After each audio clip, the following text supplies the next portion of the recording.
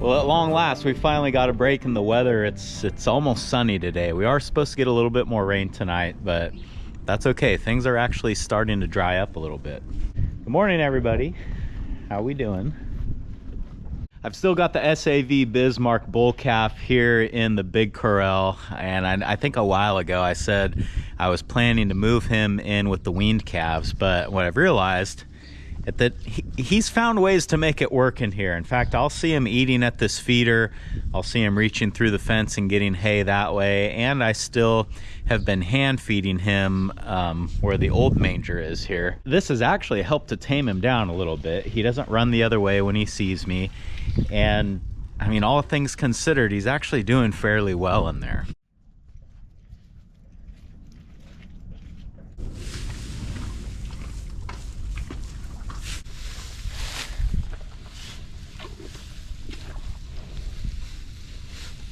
We harvested 2 of these guys the other day. There's still 3 left, and the plan for them is once they get the rest of this hay finished up, I think I'm just gonna put them in with the weaned calves.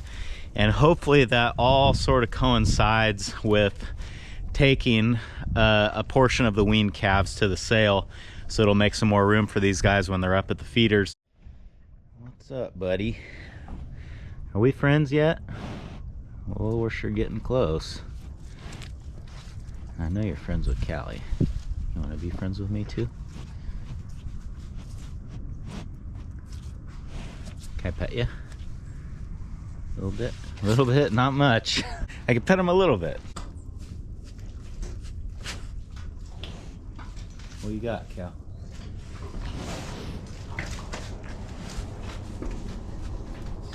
You're acting serious. See that steer liquor. Alright, I'm gonna have to investigate this. Maybe not. Okay, these guys are hungry. We need to feed them.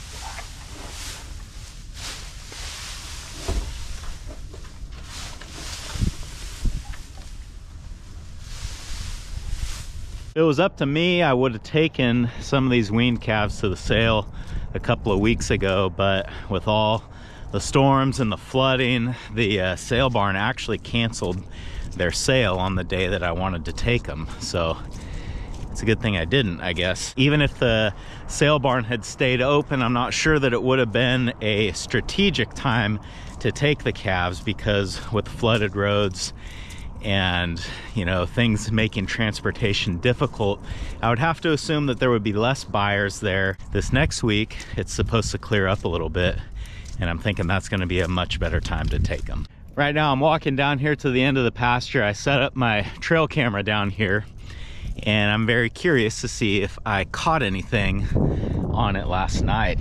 If I didn't catch anything on it where it's at, there's another place that I want to try putting it up that I think I'll have some better action. I've seen raccoon tracks and coyote tracks down in another area, so I kind of want to see if I can get a few of those guys on camera.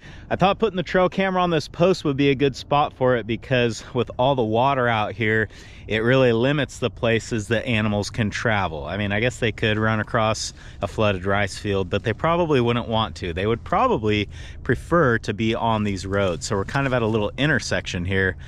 I was hoping maybe I'd catch something. Nothing too interesting. Let's move on to the next job. Get in. Good girl. Good girl.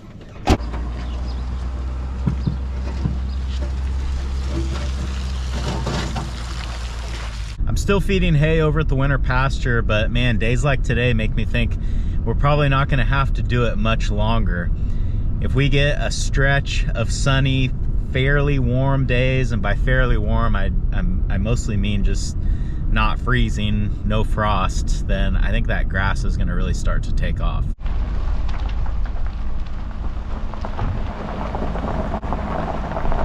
Well, the slough here has dropped considerably even since yesterday, so that's a good sign.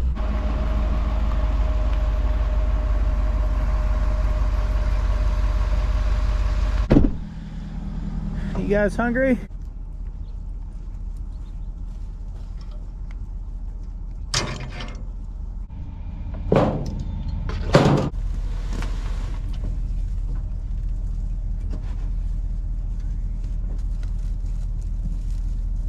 I don't know if it really matters, but I always try to get this bale centered up the best I can.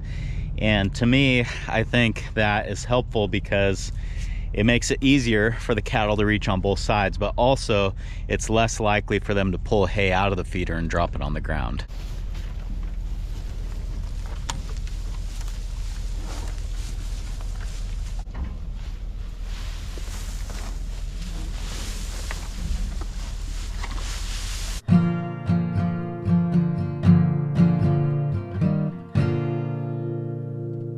A couple of questions and comments that I often get is, number one, people are telling me I should not leave this jack in the down position the way that I do. But the reason that I do that is because with the jack all the way retracted, it's only like an inch or an inch and a half off the ground. It's not off the ground by very much. And what happens is as the cattle like push on the feeder and sort of move it around, the feet that I made here will start to sink a little bit, because you could think if the feet are moving side to side, they kind of like dig themselves down into the ground.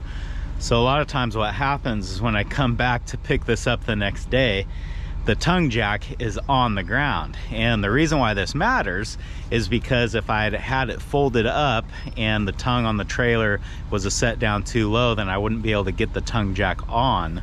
I'd have to move my ring on the trailer up a little bit to hook it up. So it wouldn't be the end of the world, but it's just been a lot easier this way. The other comment that I get is on the legs here is, why not just flip them upside down and put the pin back through the hole, and then that would be a good place to transport them when I go down the road.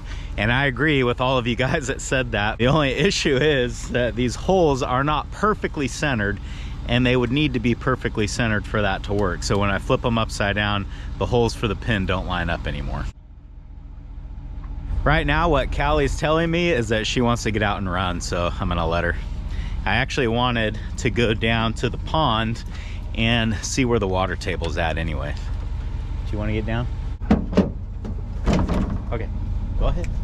Come on, let's go. Come on.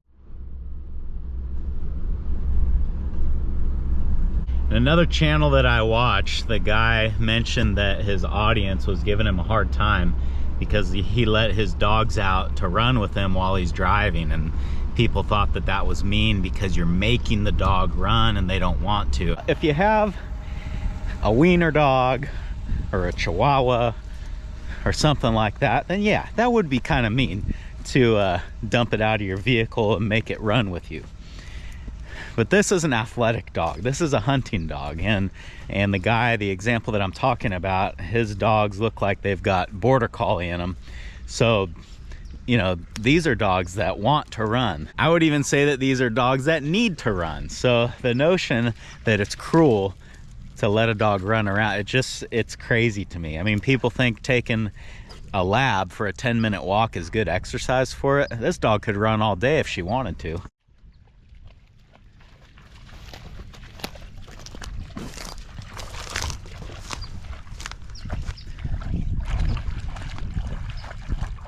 As you can see, the pond is starting to get some water here, and this pond is fed by groundwater. This isn't runoff or anything. The ground here is so sandy that it does not hold water well. So the only way that this pond can have water in it is when the water table is that high. If you guys remember, when we first brought the cattle over here, this was completely dry. And the owner of this property took his backhoe down here and dug down like 6 feet maybe, and I think the water was about 4 feet below where the original bottom of the pond was. So the water's come up considerably, and in a state that's been stricken with drought for so many years, this is really encouraging to see.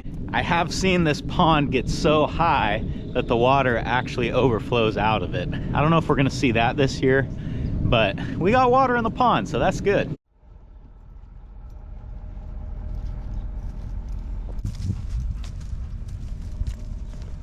Callie, you gonna go up there? You can see that we've had our fair share of trees get blown over here at the winter pasture, and it is kind of sad when these big oak trees fall. This one is, boy, I don't know, over 3 feet in diameter, so it's a pretty old tree. But this is what happens, and the guys that own this property have a firewood business, so while it is sad when these big trees blow over, in a way it's kind of good for them too.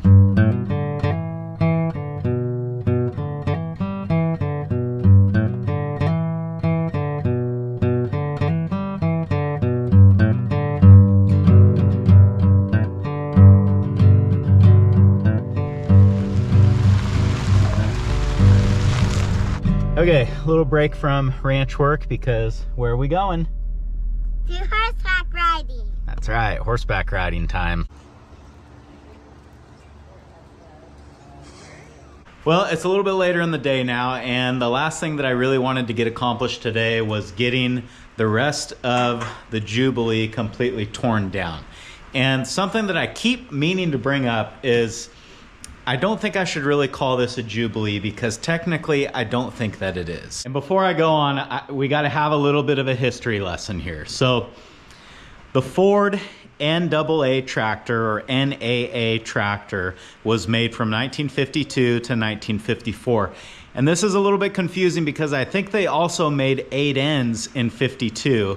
And the NAA tractor is the tractor that replaced the 8N. A Jubilee is specifically a 1953 NAA, and the reason that they call it a Jubilee is because it celebrated 50 years. I think Ford started making tractors in 1903, so 1953 was the Jubilee, or the 50th anniversary. The one and only thing that makes a Jubilee unique is the badge on the front of the grill, and as you can see, mine has the Jubilee badge. So if I have the badge, then why, you might ask, do I feel like I shouldn't call it a Golden Jubilee or a Jubilee? And the reason is because I'm fairly certain that this tractor is actually several different tractors put together. A Golden Jubilee would have been a classic red belly Ford, meaning it's the crimson red on the bottom with the white hood and the white fenders. You can see my block has blue paint underneath the red paint. You can also see the rear end of the tractor, it's the exact same way. There's blue paint underneath the red paint. The only part of this tractor that doesn't have blue paint hiding underneath is the transmission. So what I suspect happened is Grandpa probably got a donor tractor that was a little bit newer. This probably started as a Jubilee and maybe he had problems with it or whatever. The engine clearly has been replaced, and I'm guessing there were problems with the rear end, maybe the brakes, it's hard to say.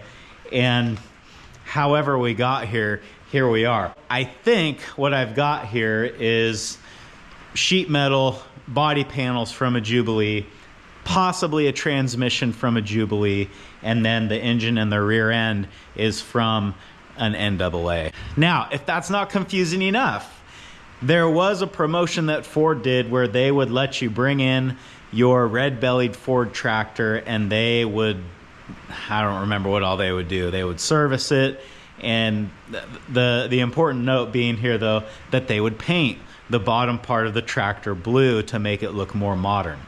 And it's kind of hard to imagine a dealer of any sort doing that now. They would rather just sell you a new one, but back in those days, they were willing to paint it up to make it look new. All right, so that is kind of what's going on with this. I got a comment sort of related to a lot of the stuff that I just told you guys, and I figured that, yeah, that is probably something that I should touch on, just because I know the tractor experts have noticed that blue paint, and they're probably questioning whether or not I should actually call this thing a Jubilee. So from now on, we'll call it Grandpa's tractor, we'll call it the Jubilee, we'll call it the NAA. You guys will know what I'm talking about. Okay.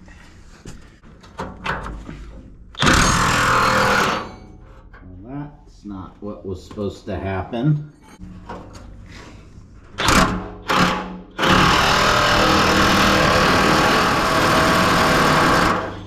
Wow, that was loud.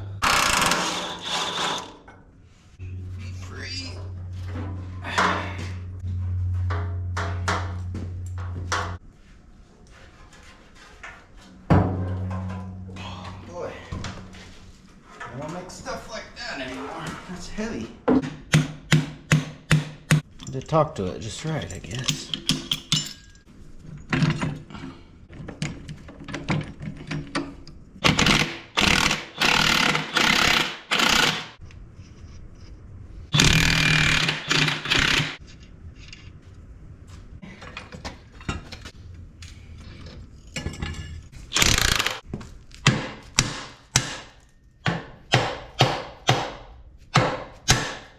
try this very gently. I don't want to crack anything. Okay,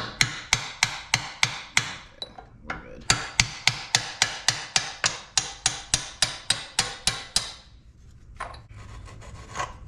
Whew.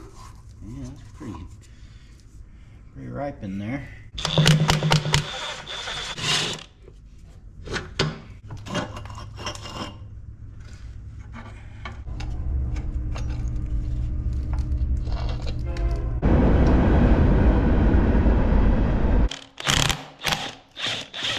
So this shaft that the brake pedal is on goes all the way through the transmission here, and it comes out on the other side here, and it's the same shaft that the clutch pedal mounts to. So you can see while I'm on the other side of the tractor moving the brake pedal, the shaft that the clutch rides on is moving as well. So I've got to get the brake pedal off in order to drive this shaft all the way through to then remove the clutch pedal. And I'm a little worried about how this is gonna go. Get this junk out of here. So we don't want to get too carried away spreading this, because this would be something that would be really easy to break.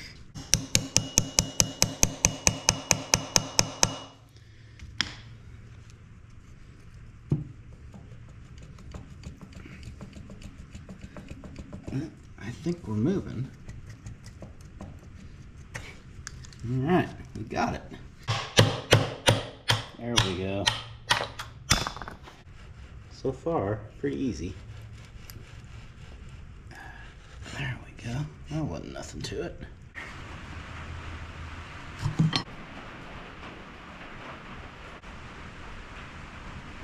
Well, we're making good progress here, but yet again, I find myself at a standstill.